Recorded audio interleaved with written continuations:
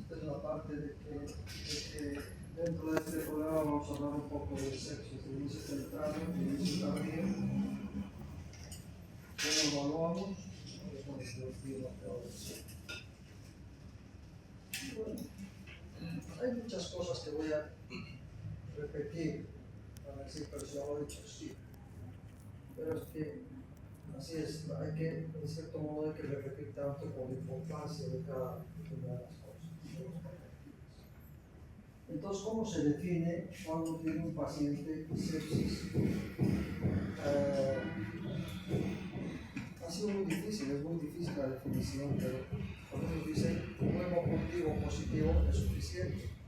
Pero muchas veces un hemocultivo negativo o un diagnóstico de sospecha de sepsis puede no darnos o darnos el diagnóstico, puede no darnos también. ¿Por qué? Porque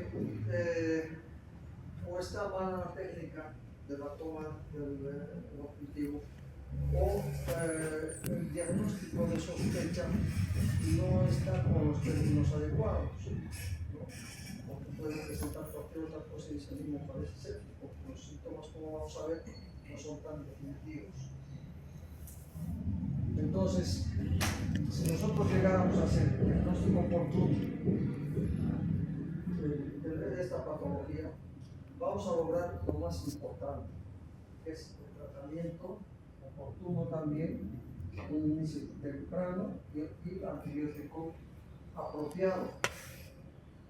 No siempre se da el antibiótico apropiado, pero vamos a ver cómo podemos llegar a sospechar sobre tal o cual está produciendo esta enfermedad. Es una causa muy importante de mortalidad a nivel mundial. Pero hay otros lugares, como vamos a ver más adelante, han logrado disminuir esta incidencia. Que nosotros también la pudiéramos disminuir. Por ejemplo, aquí en la veterinaria, temporadas en las que de pronto ascendía la infección. Por eso digo, en general, en todos los hospitales del mundo, no se trata de que no haya muchas visitas al servicio de neonatología por esta causa. Es una causa de mortalidad también. Entonces teníamos en la materia de pronto empezaban las infecciones, la sepsis, la mortalidad 1, 2, 3, 4, 5, se cerraba el servicio, se desinfectaba todo y paraba las infecciones. Hasta de pronto, después de un tiempo, volvían a haber de nuevo. Entonces era como una ola de esta patología, ¿no? Entonces es eso que hay que evitar y vamos a ver después de los libros por este. Entonces tenemos, de acuerdo a lo que se define también la sepsis de origen temprano, la sepsis de origen tardío, y se define de acuerdo a la edad de vida. ¿Y por qué se hace eso? Vamos a ver también un poco más adelante. Es demasiado importante identificar el género. Entonces, son diferentes agentes biológicos, el modo de transmisión, los factores de riesgo, cómo se evalúa y el manejo también es diferente en uno y otro caso. Por lo tanto, es importante saber o sospechar de dónde viene la enfermedad. En el caso del inicio temprano tenemos dos términos que son los más frecuentes, aunque hay algunos otros más que se pueden presentar cada uno. ¿Se me oye bien o estoy hablando muy despacio? ¿Sí? Sí. Les pido por favor, si hago una pregunta, contéstenme diferente. Entonces, es el estreptococo beta hemolítico del grupo B de la galaxia, es el que puede causar demasiados daños. Para detectar este germen se hace el cribado perinatal universal. Sí se llama universal, pero aquí no lo hacemos. Debiéramos hacerlo, ¿no? Y en muchas patologías vamos a ver, y en todo en realidad, en general decimos, no, es que es muy caro, es que no podemos, porque bueno, pensamos como pobres, ¿no? Entonces vamos a seguir siendo pobres toda la vida. Entonces, en vez de pensar, decir, a ver, si resuelvo estos problemas, no vamos a tener infecciones, vamos a hacer mayor población, vamos a hacer tal cosa, igual cosa, vamos a hacer más próspero, ¿no? O sea, todo depende de cómo eduquemos. Pero este cribado es fundamental. Se hace entre las 35 y 37 semanas para ver la colonización que tiene la madre y de esa forma poder adelantarnos al tratamiento. Es algo que me parece que es demasiado inteligente. Solamente esto ha reducido hasta un 85% de infección. O sea, ¿cómo podemos reducir tanto? Imagínense, es altísimo. ¿No? El otro más frecuente que tenemos es el coli. Y el coli lo tenemos en todo lado. Y tenemos que aprender y tenemos que educarnos en lavarnos las manos, en tratar de evitar este tipo de enfermedades. ¿No? Muchos de ellos sí, pero no afuera. Aquí te tienes que lavar. ¿No es cierto? Y delante mismo. ¿No es cierto? No afuera, porque afuera puede haber tocado algo que contamina, después agarra el paciente, etc. Entonces, ¿cómo se contagian estas enfermedades? ¿Cómo se inician? Puede ir por vía de infección del tracto urinario de forma ascendente, puede ser por vía hematógena o transplacentaria y puede ser también por vía retroperitoneal. También tenemos otros términos que son gram-negativos como la poliomyelitis, causa de plasma, también en caso de infecciones urinarias.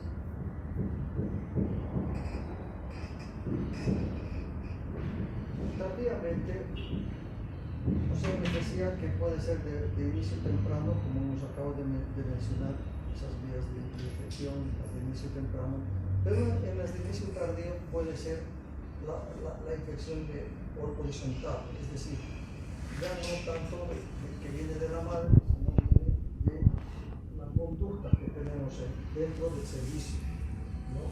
Puede ser, se llama nosocomial o comunitaria, pero son casos que se deben a la puesta de catéteres, ¿no? Muchas veces si uno está agarrando se le cae, ¿no? En una época era desesperante porque estábamos intubando y traía la enfermera corriendo, dejaba la sonda para aspirar al bebé, ¿no? Porque a veces hay que aspirar y a veces no, pero hay que tener todo listo. En el momento que estamos tratando de aspirar la sonda y la dejamos ahí, se cae al suelo. La enfermera se iba. La enfermera se iba al suelo, por la sonda. Y así 3, 4, 5 veces. No se nos ocurría a la ir limpando en el borde del incubador. Era una cosa reiterativa. Los catéteres también pueden contaminarse con solo el fármaco. Si ha ocurrido eso, hay que cambiar el catéter. De modo que está yendo a una vía central.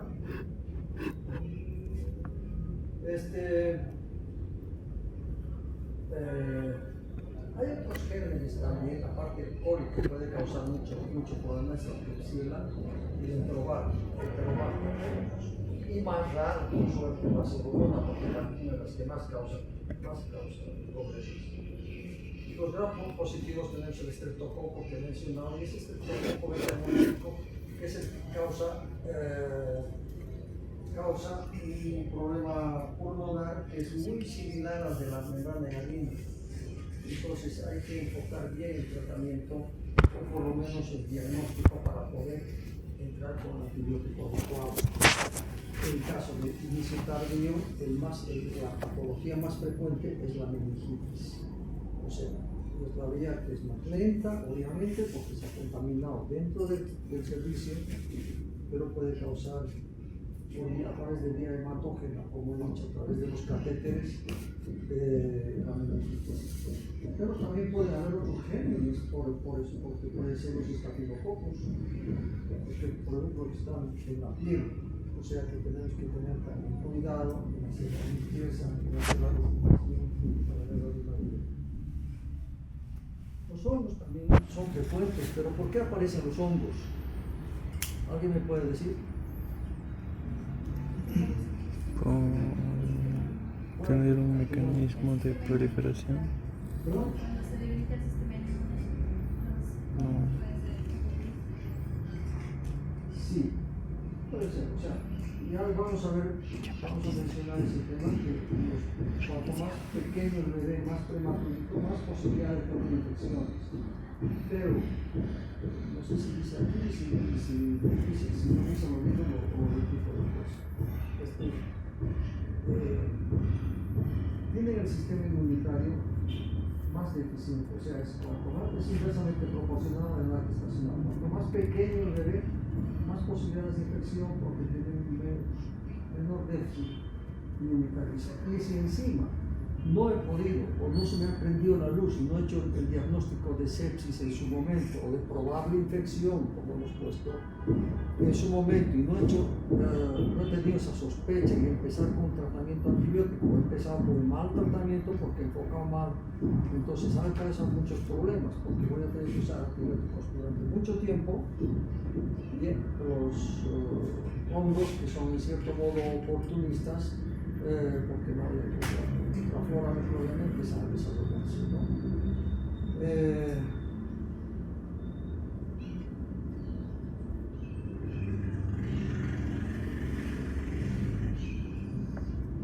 Bueno, estos son los factores de riesgo. Voy a repetir varias veces, pero no importa, los verdad no tiene importancia. El tema es que entendamos, ¿no?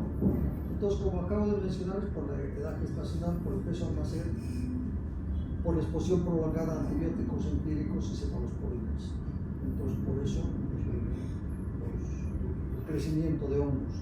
Entre los virus tenemos enterovirus, herpes simple, citomegalovirus, sincitial respiratorio, de la influenza, etc. También la gente que está ahí tiene que tener todos los cuidados necesarios para tratar de evitar, ¿no? O sea, es que claro, he venido, es que estoy con una gripe terrible y se me cae la nariz, pero no quería fallar hoy día. Puede ser porque a contaminar todo y eso es muy riesgoso eso. Los factores de riesgo maternos hemos mencionado: la infección del tracto urinario, la colonización por estreptococo y coriomielitis. En el caso de coriomielitis, cuando hay esa infección, sobre todo antes del parto, puede ser cualquier momento que tenga la madre esa infección, lo que suele suceder es la ruptura de membranas. Y la otra cosa también, cuando sucede infección, cuando la ruptura de las membranas han sido más de 18 horas. Claro, hay que tener en cuenta, tenemos que pensar siempre que esto está dado en hospitales mucho más desarrollados que los nuestros. Entonces, aquí pudiera ser 18, allá dicen 18, entonces nosotros ¿cómo tenemos que saber si son 18 horas o más en riesgo de infección? Ese es un estudio. Y vamos a ver cuáles desarrollan infección y cuáles no. Además, es un hospital universitario y no tenemos en general, tenemos cuidado, sí. No quiero decir que tampoco somos un desastre, ¿no? Tenemos cuidado, sí, pero probablemente lo que tenemos que saber es que si requerimos hacer más cuidados de los que tenemos. Eso es muy importante saber. Entonces, 18 horas se toman de comida. Ya, de hecho, algunos que tienen más de 18 horas, nosotros ya ponemos antibióticos. Entre los factores neonatales sería un parto pretérmino, ya hemos mencionado, más pequeño, es más riesgoso, no el sexo masculino, bueno, no tiene explicación, pero estamos pegados.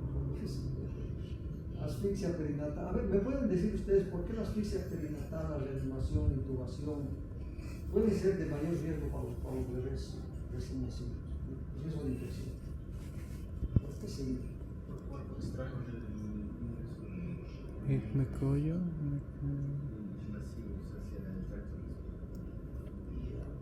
Está bien, me gusta que participen, que hablen y pueden equivocarse lo que quieran. Es lógico, pero me gusta que participen. ¿Qué más? Había un riesgo de introducir organismos a una catástrofe. Es decir, uno que tiene asfixia se requiere de reanimación, intubación o lo que sea, en lo que estamos trabajando más, hay más riesgo de contaminación, ¿no? Por el laringo, por el tubo, por todo, ¿no? Aquí ya no ocurre eso, pero en mi época era un chiste, era de llorar, de calidad, porque estamos intubando, la luz apenas está cambia un poco. Bueno, alguna vez cambiaban así, pero eso no puede ser. No puede ser. Tendríamos que tener la luz, pero reflector tendríamos que tener ahí. O sea que apenas está cambiando se ha usado unas cuantas veces, tendrían que cambiar. Y venía el director del hospital y decía que no sabía mucho de todo y que somos nosotros unos ladrones porque estamos gastando muchas toallas. Decir así no se gastan muchas toallas. No sé cuál es el papel. Pues se agarra ese bote, se agarra ese bote, es así. Bueno, entonces otro riesgo que tenemos el central que es el acceso intravenoso prolongado. Cuanto más se está pataleando, más posibilidad de infección. ¿No? Los catéteres que hemos mencionado, la nutrición parenteral, tienen que ser hechas en cámaras de flujo laminar. Porque debería ser preparada en algunos centros donde preparan exclusivamente la nutrición parenteral. Pero esos centros no tenemos. Los tenemos que preparar nosotros. El flujo laminar en general tampoco tenemos. Deberíamos tener. Nosotros deberíamos preparar o un personal especializado. Entonces es un prolongado, por supuesto. Entonces ya esto es más de lo mismo, digamos, más pequeño el bebé de 34 semanas, pues bajo riesgo, preñarse, más o menos va de lo mismo. Ahora, la cesárea, ¿por qué puede ser? No contestas, no importa, está bien. La cesárea, ¿por qué puede ser?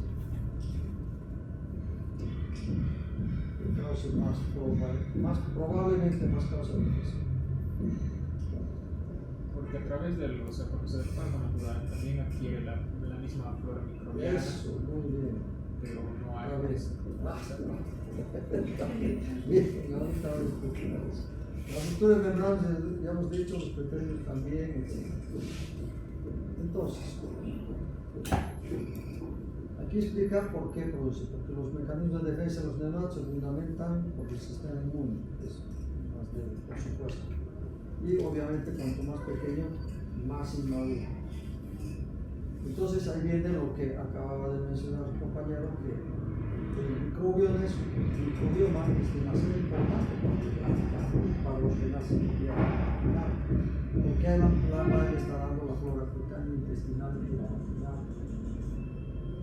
Entonces el bebé ya empieza a tener los gérmenes, a tener contacto con los gérmenes de la madre, ¿no?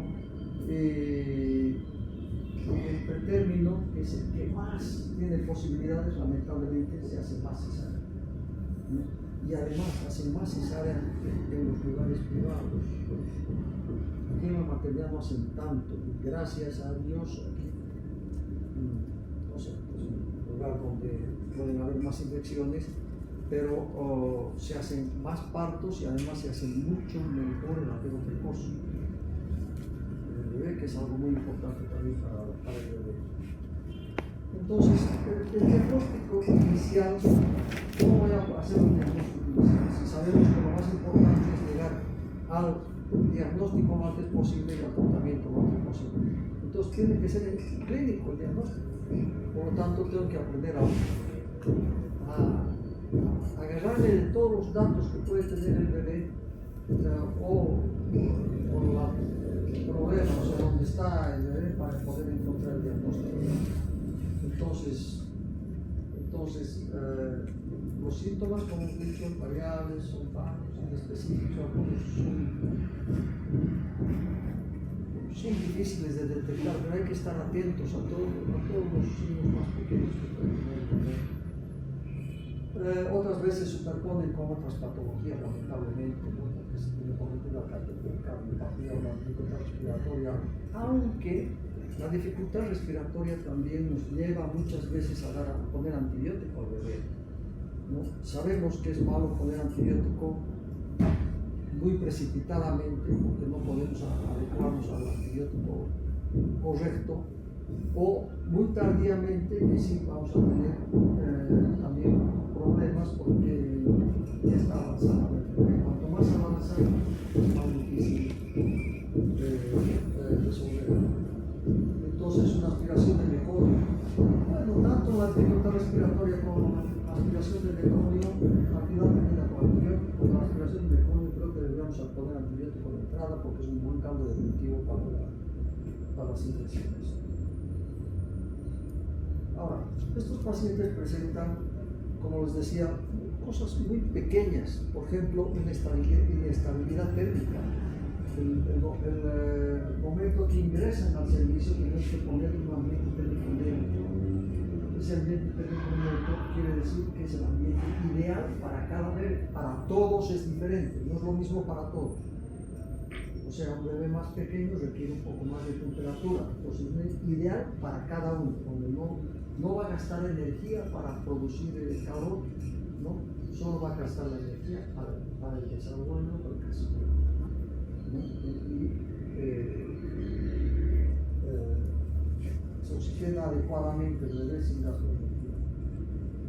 Entonces la hipertermia también, la hipotermia, la taquipnea, puede tener quejido.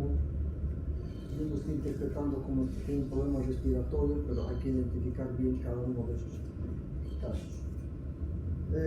Taquicardia, hipotensión, mala perfusión. Ya estamos hablando aquí de palabras mayores.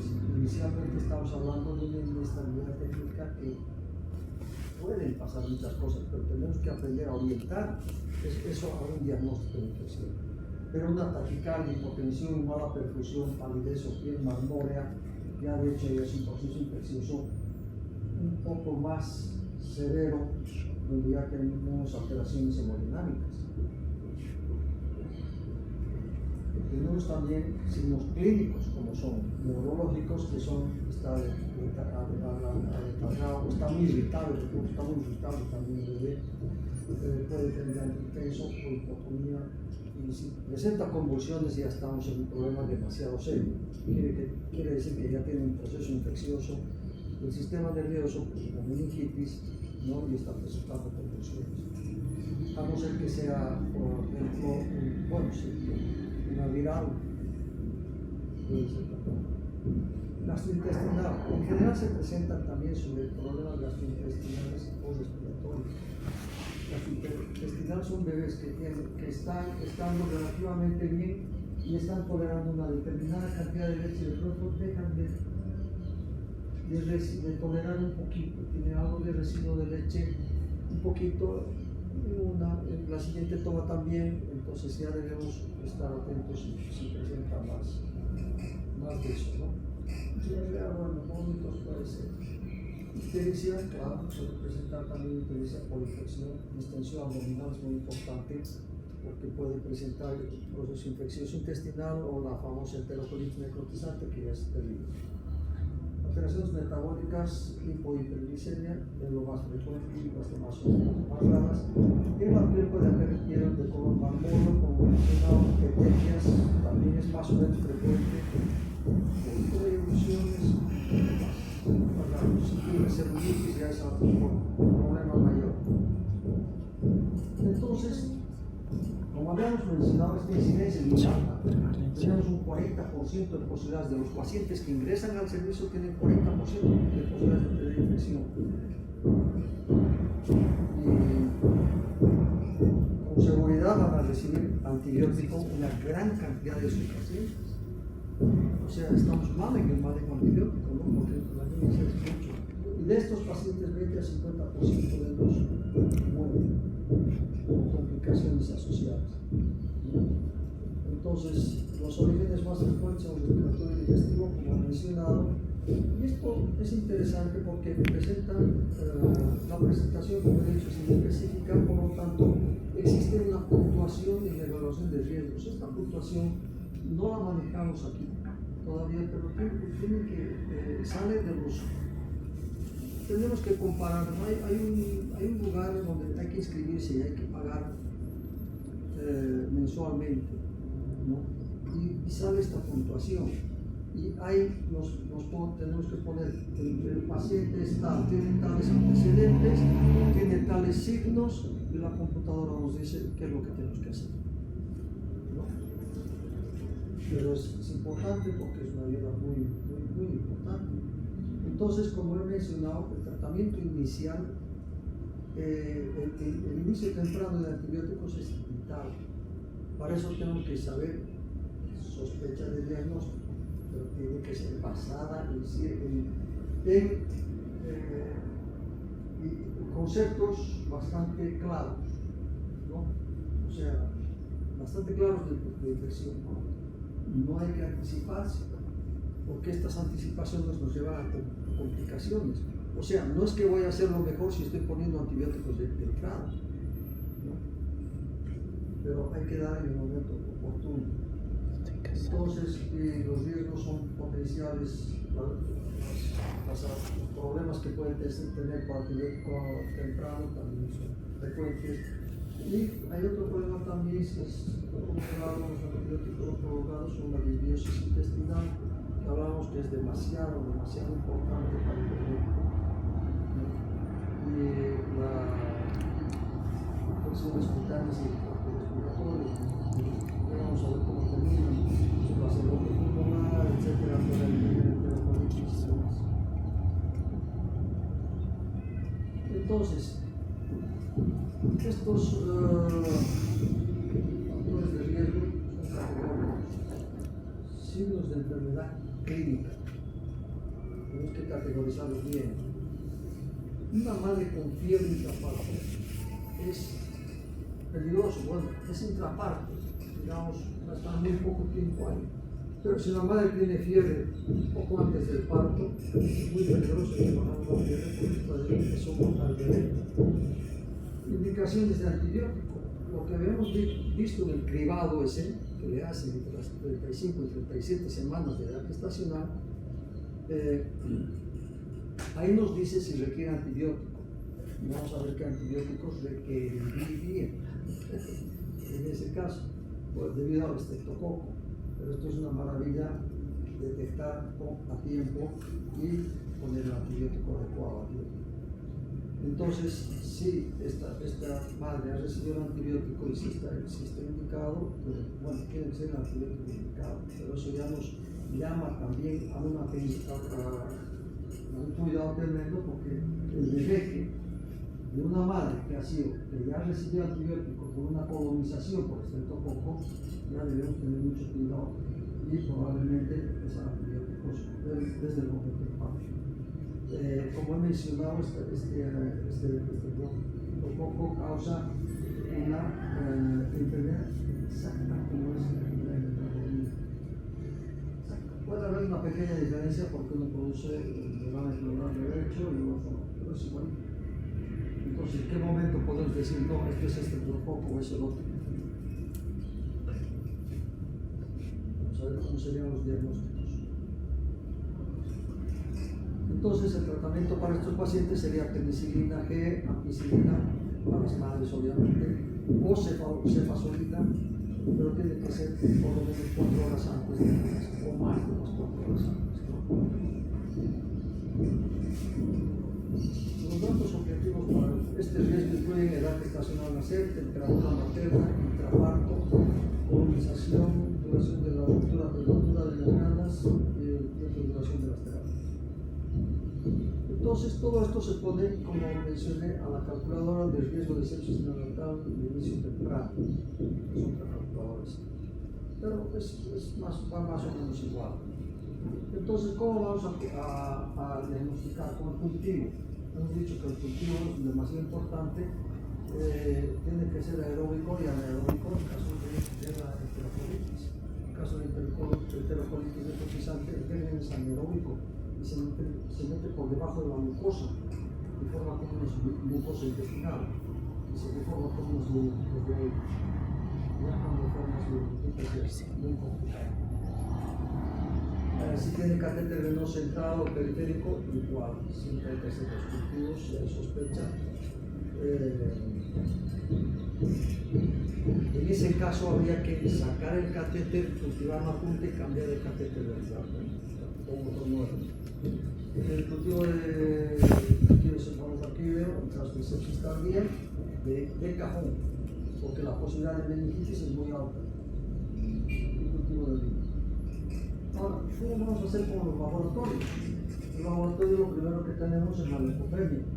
Bueno, puede haber leucocitos, pero lo que más ya nos debería llamar la atención, lo más importante es la leucopenia. Es lo más serio tener un paciente con leucopenia que con leucocitosis. Pero en general, si este recuento leucocitario no descarta una sepsis tampoco, no podemos descartar eso, puede haber.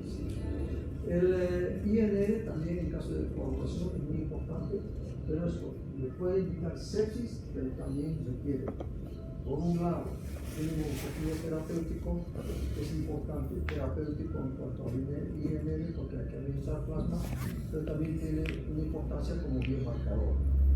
Y la proteína C reactiva, la procalcitonina, ambas no son tan definitivas para decidir sobre un proceso infeccioso, aunque pueden ayudar ambas.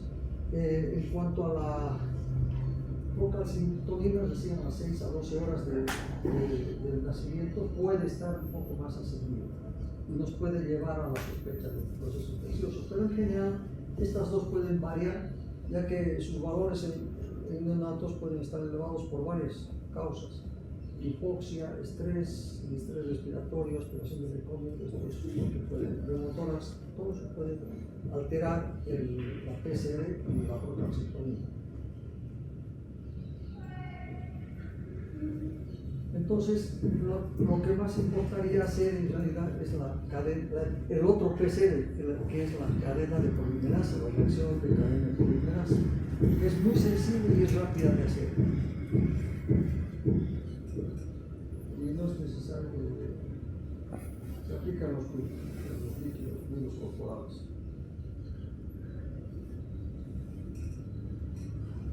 Entonces, en un paciente con problema de sepsis,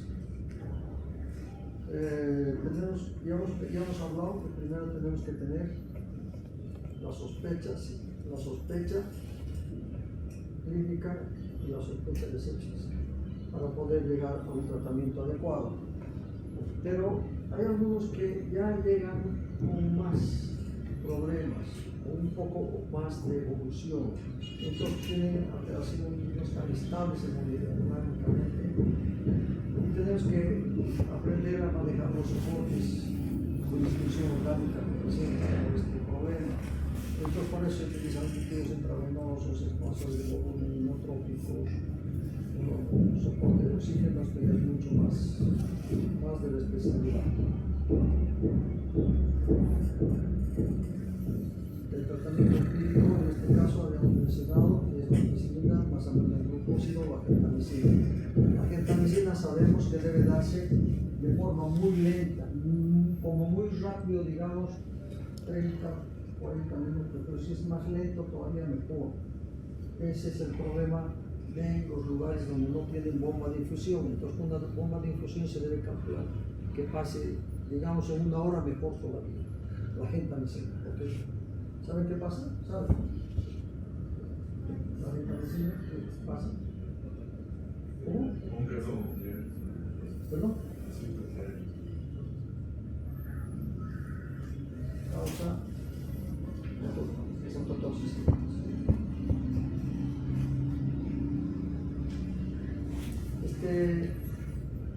Algunos ponen de forma rutinaria antibióticos. En la sepsis tardía los más comunes son gram positivos, que serían los estafilococos con globas negativos, el aurus, y bacterias gram negativas también. Hay más tardía puede presentarse todo. Entonces, la palabra en este caso es anticiparse, pero en realidad en todos los casos en neonatología se debe anticiparse. Ya una vez en la primera clase les mostré las gráficas, una gráfica de destinación de término, de pretérmino, de peso elevado y peso bajo, ¿no? Eso también, si sé que me va a llegar un paciente así, ¿no? también tengo que anticiparme porque ya sospecho que va a llegar un paciente de determinados problemas, aunque siempre tengo que tener todo absolutamente listo, y aquí también. Entonces, la estrategia de esta prevención son claves para reducir la incidencia. ¿Cuál incidencia? Porque cada centro debería tener su estudio, debería tener cuál incidencia, cuántos tenemos. Entonces tenemos que ubicarnos dónde estamos, qué incidencia tenemos. Tenemos una incidencia mínima, estamos bien, pero tenemos que compararnos. Para eso se hacen los estudios. Entonces nos comparamos y de esa forma podemos saber cómo estamos. Porque no podemos hablar, como en una temporada se hablaba aquí en la maternidad, que somos el mejor centro del mundo. Poco menos. A veces tenían que venir los niños a consultarnos a uno porque nosotros sabíamos demasiado. Y no es así, porque mientras no tengamos, no sepamos dónde estamos ubicados, no vamos a poder saber cómo actuar. Este cribado universal es fundamental, debería hacerse en todas partes. Pero también, como hemos mencionado, la lactancia materna, aparte del parto vaginal, la lactancia materna es fundamental también porque en cierto modo ayuda para mejorar que el paciente adquiere el microbioma, mejores son pacientes de lejos que son más saludables. Entonces tenemos que hacer una atención integral en ese sentido, ¿no? Gracias un ratito, por favor. Entonces, también la madre tendría que tener los ginecólogos el cuidado de vacunar a la madre, que la madre tenga todas las vacunas, o la madre exigir un poquito para la influenza, por ejemplo, por la pertussis, el sistema respiratorio y todo eso. Y hacer los cribados también, tienen que hacer todo. Para sífilis, HIV. Entonces, la sepsis neonatal sabemos que produce una mortalidad y morbilidad muy altas a nivel mundial. Entonces, tenemos que saber con exactitud cómo poder diagnosticar, cómo se presentan, qué es lo que vamos a hacer, qué antibióticos vamos a poner, en qué momento. Tenemos que saber todo eso. Entonces tenemos que comprender todos estos factores de riesgo y adoptar las herramientas adecuadas. Bien sería tener este cribado, estas tablas, serían bien tenerlas, ¿no? Para poder ayudarnos un poco con el diagnóstico, con el tratamiento, ¿no? Identificar de forma temprana, dar el tratamiento adecuado también tempranamente, ¿no? Y saber cómo podemos prevenir esto. La verdad que podemos prevenir, pero para eso necesitamos educar a todo el mundo, ¿no? Porque la entrada, incluso el ingreso a la sala de neonatología, hay algunos que se molestan, ¿no? Y la verdad que no tengo mucha respuesta a esto, porque por un lado no permitimos el ingreso de mucha gente, porque ya de hecho hay mucha gente que está ahí adentro, ¿no? Van rayos, van enfermeras, estudiantes, por eso digo, lo menos posible tiene que ser. Van residentes internos, van médicos, van laboratoristas, rayos, auxiliares, limpieza, ¿no? Entonces ya de por sí hay mucho, pero tenemos que limitar bien, pero por lo menos sobre todo educar, que todos sepan cómo deben proceder, que deben limpiarse y lavarse bien las manos y que cómo deben proceder, ¿no? Si deben ponerse botas o no, bata o no, y todo eso cuesta dinero también, pero hay que gastarlo, ¿no? Cuesta dinero, porque se van a ponerse pues las batas, porque sabemos que eso tiene que ser así, ¿no? Con esto he terminado, no sé si tienen alguna duda. Sobre la diferencia que había con el tema de membrana hialina, un doctor nos comentaba que podía ser la diferencia, o debería nuestra sospecha cuando utilizamos el surfactante y no responde, debería irse hacia sepsis nuestra sospecha o hacia cardiopatía. A ver, disculpen.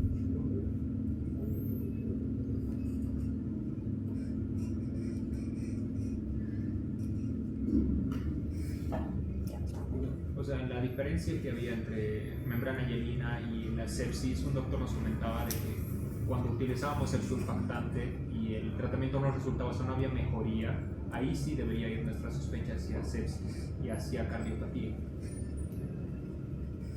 No sé qué opinas. A ver. Si yo le pongo surfactante, incluso al que tiene infección, probablemente va a resolver. No resolver, pero va a mejorar. Porque lo que está causando la infección está causando por el déficit de surfactante o por el mayor consumo de surfactante también, o por ambas cosas. ¿No es cierto? Entonces, si le voy a poner surfactante, sí le va a ayudar un poco, pero tenemos que aprender a valer. Ese no sería, no me parece muy claro, ¿no? Porque, a ver, le pongo el surfactante, mejoría, no mejoría, es una cosa, digamos, medio subjetiva. No tener que buscar temas más subjetivos en ese sentido, ¿no? Pero hay otra cosa que siempre les digo, que traten de estudiar siempre lo más básico. De esto, saquen lo más básico. Puede que fragmentado un poco, pero saquen lo más básico en todo. Es decir, siempre digo, para llegar a la pared del fondo tengo que dar una cantidad de pasos determinados. No puedo llegar allá. O sea, no puedo hablarles de que algunos les piden y algunos docentes han pedido que en la sala de habilidades tienen que haber ventiladores y tienen que haber ventiladores, no uno. Ni siquiera ni uno. Porque no de entrada van a entrar ustedes a hacer terapia. Entonces tienen que dar una cantidad de pasos determinados, es decir, tienen que aprender el ABC primero de memoria. El resto es re fácil cuando están empezando ustedes desde el principio con el ABC. Es re fácil, por lo tanto, dedíquense a estudiar lo básico, estudien lo más fuerte posible. El resto va a quedar solo. Van a estudiar, sí, pero es más fácil que entiendan todo, pero no que les pongan temas de... Es que cuando uno entiende todo eso de la hialina, es más fácil de entender, pero primero tienen que aprender cómo son los procesos infecciosos, cómo se diagnostican, cómo es la hialina. Por eso, me atreví a mencionar eso, pero el derrame en general, mejor aprender lo más básico.